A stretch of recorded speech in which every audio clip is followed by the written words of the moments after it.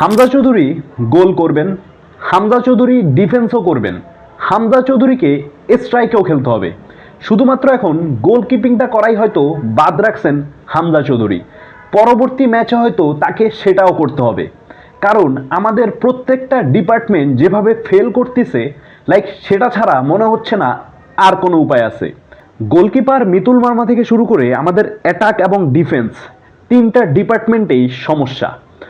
আপনি যদি খেয়াল করেন, বাংলাদেশের এমন কোনো স্ট্রাইকার নেই যে কিনা 2 থেকে 3 জন বা সর্বনিম্ন একজন প্লেয়ারকে ড্রিবলিং করে জালে গোল পাঠাবেন। আমাদের প্লেয়াররা কি করেন, বিবক্সে যখন বল পান চিন্তা করেন বলটা কিভাবে আরেকজনকে দিয়ে হেডার অথবা কিকে গোলটা করা যায়, কিন্তু একজন বা দুজন প্লেয়ারকে ড্রিবলিং করে গোল দেওয়ার মতো স্ট্রাইকার এখনো বাংলাদেশের নাই, যেই কারণে কিনা আমরা অনেক চান্স ক্রিয়েট করেও গোলের দেখা পাই না। এই জিনিসটা আপনি নিশ্চয়ই লক্ষ্য করছেন আপনি যদি নিয়মিত বাংলাদেশ ফুটবলকে ফলো করেন। বাংলাদেশের বিগত 3-4 ম্যাচ আপনি একটু হাইলাইটসে দেখেন, যেই গোলগুলো বাংলাদেশ করছে হয়তো হেডারে পাইছে, না হয় কর্নার কিক থেকে পাইছে, না হয় ডাইরেক্ট কিক থেকে পাইছে। কোনো প্লেয়ারই ড্রিবলিং করে একজন বা দুইজনকে পাস করে জালে গোল পাঠাইছে এমন কোনো গোল দিতে পারে নাই, যদিও 1 থেকে 2টা হইতে পারে। অন্যদিকে ডিফেন্সে বাংলাদেশের অবস্থা আরও যাচ্ছে তাই অবস্থা।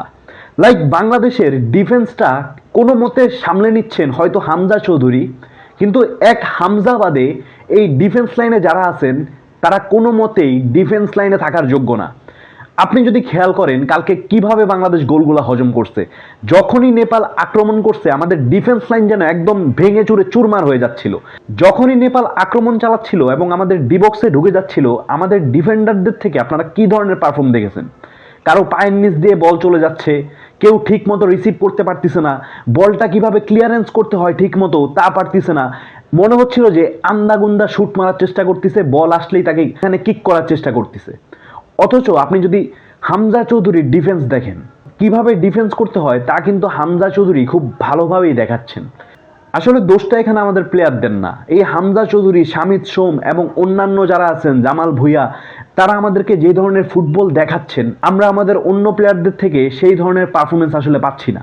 আমাদের যে ডিফেন্ডাররা আছে, জুনিয়র সোহেল সহ সাদউদ্দিন যারা আছেন, তাদের কাছ থেকে কিন্তু আমরা আশানুরূপ পারফরমেন্স পাচ্ছি না। কারো পায়ে লেগে প্রতিপক্ষ বল পেয়ে যাচ্ছে, কারো বা পায়ের নিচ দিয়ে বল চলে যাচ্ছে। কালকে নেপালের বিপক্ষে বাংলাদেশের ডিফেন্স ছিল জঘন্য। শুধু নেপালের বিপক্ষে না, আমরা বিগত হংকং এবং অন্যান্য যে ম্যাচগুলো খেললাম এশিয়ান কাপসের, সেখানেও আমাদের ডিফেন্স ছিল জঘন্য টাইপের। এই ধরনের ডিফেন্সের কারণেই কিন্তু আমরা শেষ মুহূর্তে গোলগুলো হজম করতেছি, এবং শুরুতেও আমরা যে গোলগুলো খাচ্ছি আমাদের দুর্বল ডিফেন্সের কারণে খাচ্ছি।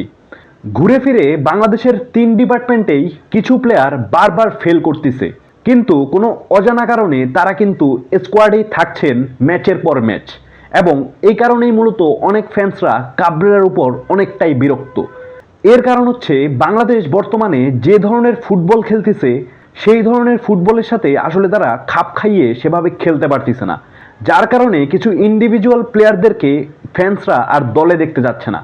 এমনটা না যে বাংলাদেশের কাছে ভালো প্লেয়ার নেই, মোরসালিন, তপু ভর্মন এবং ফাহিমের মতো অনেক প্লেয়ার আছে যারা কিনা সেই পজিশনগুলোতে সুযোগ দেওয়া যেতে পারে, কিন্তু কোচ কাবরেরা দিনের পর দিন কিছু ইন্ডিভিজুয়াল প্লেয়ারকে স্কোয়াডে রেখেই যাচ্ছেন এবং ম্যাচের পর ম্যাচ খেলিয়ে যাচ্ছেন। এই কারণেই মূলত কাবরেরার উপর একটি ক্ষোভ সবার সৃষ্টি হচ্ছে, এবং বাংলাদেশ ফুটবল বর্তমানে যেভাবে ফ্লোতে আগাচ্ছে, কিছু প্লেয়ার যদি এই ধরনের বাংলা ফুটবলে এখনও আটকে থাকেন তাদের জন্য কিন্তু সেই ফ্লোতে অনেকটাই ব্যাঘাত ঘটবে। এবং শামিদ সোম, হামজা চৌধুরী এবং অন্যান্য জামাল ভুঁইয়া তারা যেই ফ্লোতে ফুটবল খেলেন তাদের সাথে তাল মিলিয়ে যদি না খেলতে পারে, সেই ক্ষেত্রে এই ধরনের প্লেয়ারকে ছাঁটাই করাটাই এখন সময়ের দাবি।